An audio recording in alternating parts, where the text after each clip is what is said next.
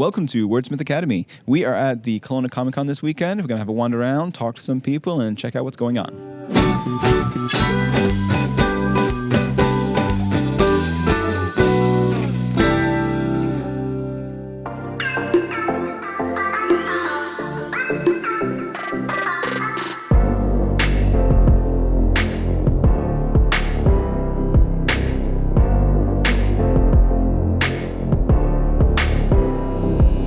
All right, welcome to the Kelowna Comic Con. I am here with the organizer, the mastermind behind it all, Mr. Michael K. Hi, Mike. Hi, good to be here. I have to be here. Yeah, you have absolutely no choice in this matter whatsoever.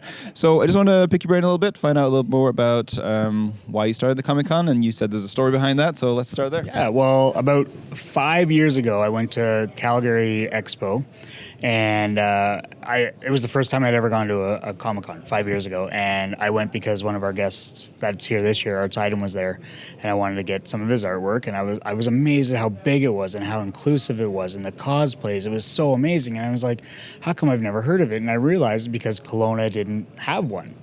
And so Calgary, I researched it. Calgary had a big one. Vancouver had a big one. Even Prince George had a big one. And I was like, why does Kelowna not have one? So I looked into it. I said, there has to be a reason. There was really no reason. No one had just done it. So I said, well, I'm going to do it. And that was 5 years ago. So it took me 2 years just to plan the first year. The first year was a small event, less than 10,000 square feet, but we had over 40 vendors. We had, in the 1 day, we only had a 1 day event, we had 800 people show up, and we had the Power Rangers in space for the first ever Canadian convention show up, and the $1 Million Man, Ted DiBiase, came, and this is amazing. I'm going to do it again, but I need a bigger space. That's where the curling club comes in, yeah. We got 25,000 square feet here, and we're already thinking we need more room again, yeah.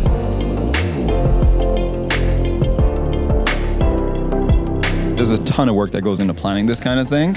Can you give kind of a brief overview of what that looks like for you on a day-to-day basis, year-to-year basis? Well, if you ever picture a duck above water, how calm it looks, underneath, I guarantee its feet are moving like crazy. That's me. You do look super chill, though.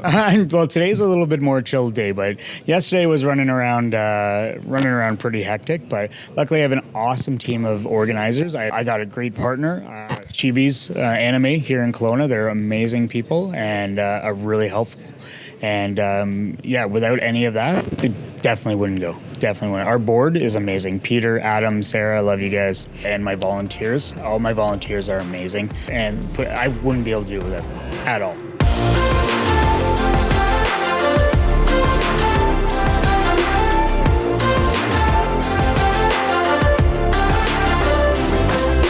How do you go about getting, because you have a number of special guests here this year, how do you go about getting those guys? Do you mean the celebrity guests? Yes. Yeah, well, the first year was hard because I'm not in the industry. Right. So I was like, how do I get these people, right? So I had to slowly start networking through other cons and see, if they had a number I can get. And I slowly would just work my way through emails until I got to at least somebody. When I finally hit somebody, I basically said, who do you have for this price that I can bring in? And I booked them, right. And then boom, I was in with the first agent, right? And then for Ted DiBiase, for example, I just knew someone who knew someone, and he was actually in town that weekend.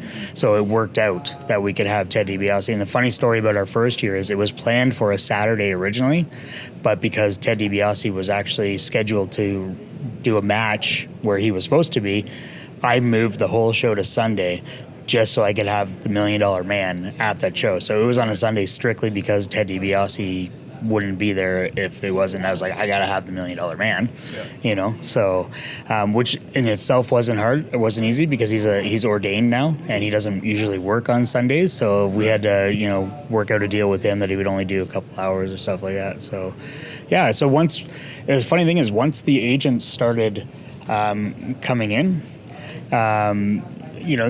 I started getting more numbers, and then meeting the guests, they would say, oh, here's another agent, call them. And a lot of these agents don't represent one person. They represent a whole roster. So I could look at the roster and go, oh, they represent this guy. And then it's gone to the point this year where agents are calling us, which is amazing. Yeah. I hate dropping names, but I'm going to. Some of the people that I've got calls for that I've said no to, or maybe to next year and other years, are people like Carmen Electra, Neil McDonough, Martin Cummins. Like these are people that I really want to see here. Yeah.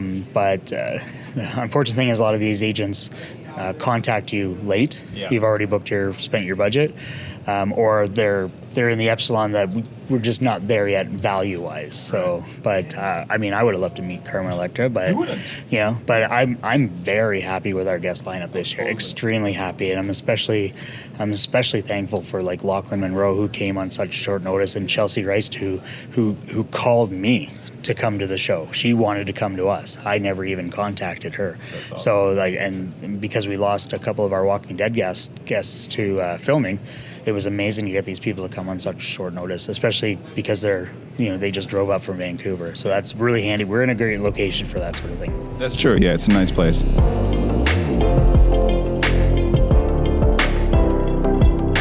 For future shows, is there anything you haven't done yet that you want to add to the show other than, obviously size?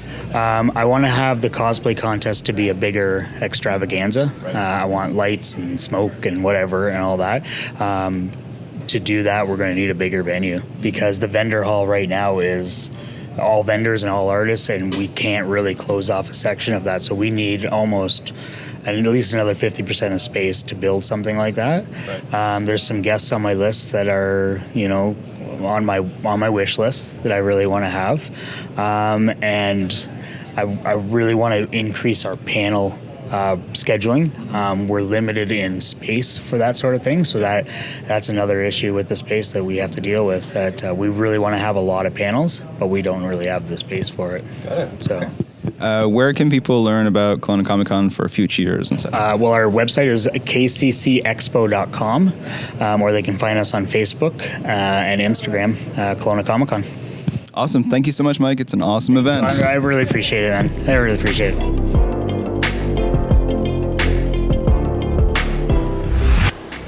I hope you've enjoyed this video from Wordsmith Academy. Please give it a thumbs up, and don't forget to subscribe to the channel for more great content. Special thanks to the Kelowna Comic Con and to Michael K for putting all this together.